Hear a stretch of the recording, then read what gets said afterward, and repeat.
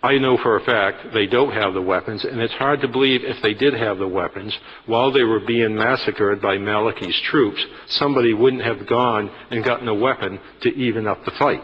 There were no weapons to be had. They were innocent, unarmed victims. And by the way, the real terrorists were Maliki's troops, not PMOI. I had a report that PMOI had a special compound. They were recruiting and training Iraqis. I told the Marines working for me, mount up, we'll go take a look. One of the liaison officers came to me and said, you don't need the Marines. Let's go take a look. And he and I did. We went through that entire compound, and I realized State Department, once again, is given misinformation.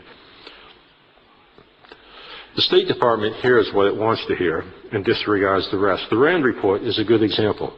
Earlier today, I had a meeting with Ambassador Dayroot, and we went over all the details. RAND report came up. And I told him, I don't know who they interviewed, but I know they did not interview Dave Phillips, they did not interview Julie Norman, and they did not interview myself, and we were the ones that always were killing the rumors. And yet, the State Department is determined they're going to accept what they want.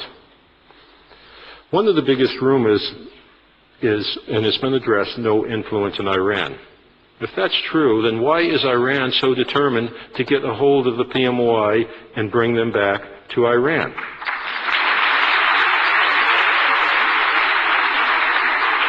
I know for a fact, and I had worked with PMOIs receiving the reports. Some of it was information that a State Department employee was leaking to a known Iranian spy, Rubier. And even though General Jack Gardner told all of us, do not trust this person, the State Department employee was given Iraqi National Security Advisor Rubier sensitive information. He was sending it to Iran. I do not consider the significance of Iran's nuclear weapons program, which was exposed by the PMOI, as of no value. In the 2009-2011 videos, we see something. We see massacre going on. But we also see members of Ashraf rushing to the aid of their fallen comrades, knowing they may be the next to be shot, but they go. That is how close and tight the bond is. Furthermore, I can honestly say, if the Marines and CAV soldiers I had with me were present during those attacks, the attacks would not have occurred. Yet the State Department still calls them terrorists. We don't call Hakeem Badakor terrorists, yet we call the representatives of democracy and the campaigners for democracy in the Middle East, we call them terrorists without justification.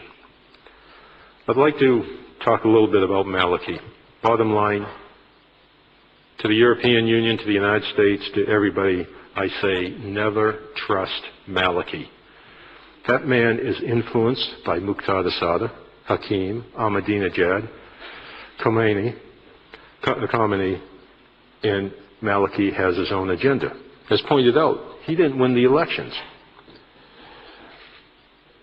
Hakim and Maliki went to Grand Ayatollah Sistani and tried to get Sistani to support Maliki after the election and ignore Alawi. And Sistani said, no, you follow the Constitution. They ignored Sistani. And Shatu Alawi didn't get to build a government.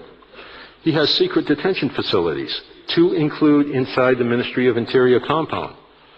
I kept near my desk the meat hook that was brought back from one of our raids on Maliki's secret detention facilities. He's attacked his own demonstrations. He blocked, as mentioned, the life support. Doctors in Bakobo were told they would be imprisoned if they helped the victims of Camp Ashraf. Now he's claiming PMI must leave by the end of the year. The EU, the US, the European Union, United States, and UN must take action. Maliki must be forced to work with the rest of the world. As pointed out, there needs to be UN protection of Ashraf, and I am ready now to join that force and go back to Camp Ashraf.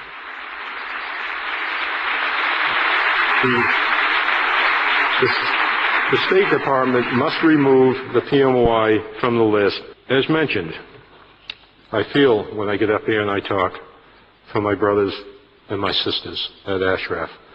Placing and holding PMOI on the list is a crime against democracy. To my friends at Ashraf, we said it many times before, while we were together, we're in the fight together. We were together on the deserts of Diyala province. We are together now. We will be together always. Ladies and gentlemen, Madam Guzari, thank you.